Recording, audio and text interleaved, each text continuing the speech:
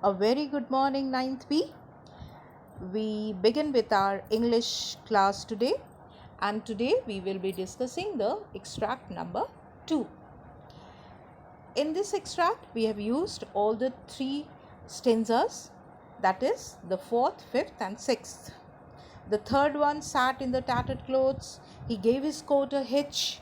Why should his log be put to use to warm the idle rich? That is, we are talking about the poor man here, children.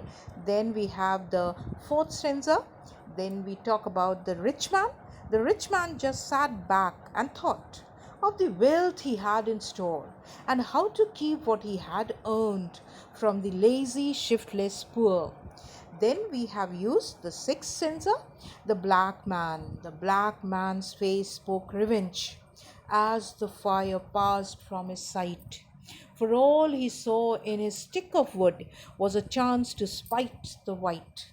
So, all these three stanzas, children, we have used for some questions are formed on them, and we have to one by one answer them. Now, in your board exams, children, examiners, when they check the papers, they see that if there are one question, if it has different parts, and all the three different parts should be answered, so 3 points they get, and they go for ticking them. If all the 3 points are there, children, then you get the 3 marks. So properly, in a full-fledged statement, you have to answer each questions. Now, first is in your extract 2, first question, what is meant by tattered clothes? Then the first very question has three different parts, children. First is what is meant by tattered clothes. Second, what does this expression symbolizes? Why does the third one gives his coat a hitch? So first very part is answered. Tattered clothes refer to the torn clothes worn by the poor man. Second part, this expression symbolizes that the man who was wearing them was poor and had little money to cover himself in extreme cold. Then the third part, the poor man does not intend to use his log to renew the fire, and thus to protect himself from biting cold, he pulled up his coat to feel a little warm. Now the third question, children, that is, the third one doesn't want to use his log to warm the rich. Why?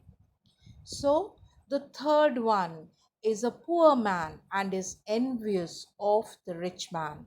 He is prejudiced and thus does not put his log to use. He never wants to share his log of wood with the rich man. So this is the answer of the second question, children. Then we have the third question. What thoughts preoccupy the rich man's mind? And what does it say about him? The answer goes like this, children. Two questions are there, two parts are there of the same question. The thoughts of keeping his wealth safe from the lazy man preoccupied the rich man's mind. What does it say about him? It reflects his class bias. Then the fourth one, children, what prejudice the black man has and for whom? Now the answer is the black man is filled with revenge for the white man. Based on color of the skin, he considers the white man different from himself.